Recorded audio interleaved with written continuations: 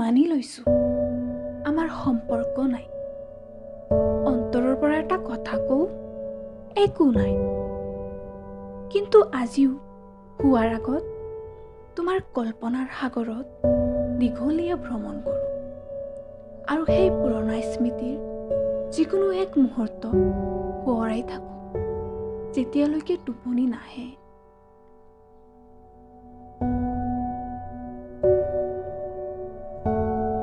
আৰু পিছদিনা ৰাতিপুৱা আকৌ ভাবোঁ কেতিয়া দিন যাব, ৰাতি হ'ব, তোমাক মাত দিম, তোমাৰ লগত কথা হ'ব।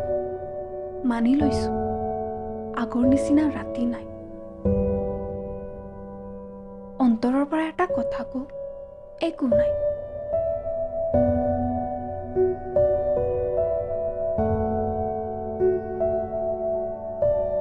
মানুহে ভালপোৱাক দোষাৰোপ কৰে যে ভালপোৱাই মোক বৰবাদ কৰিছে।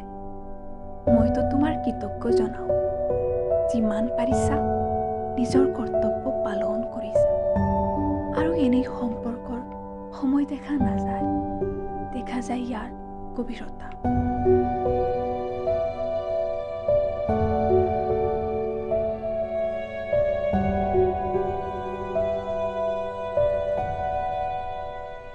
সঁচা অৰ্থ আজি বুজিব পাৰোঁ, সেই পলত গোটেই জীৱন কটাইছোঁ, যাৰ স্মৃতি অকলে থাকিবলৈ বহুত। মানি লৈছোঁ আমাৰ সম্পৰ্ক নাই। অন্তৰৰ পৰা এটা কথা কওঁ, একো নাই।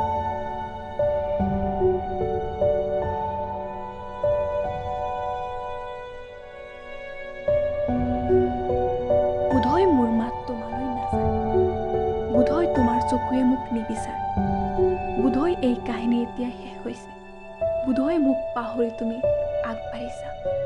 কিন্তু যোৱা, নিশ্চিন্তাত যোৱা, কিয়নো কথাটো তোমাৰ শান্তি।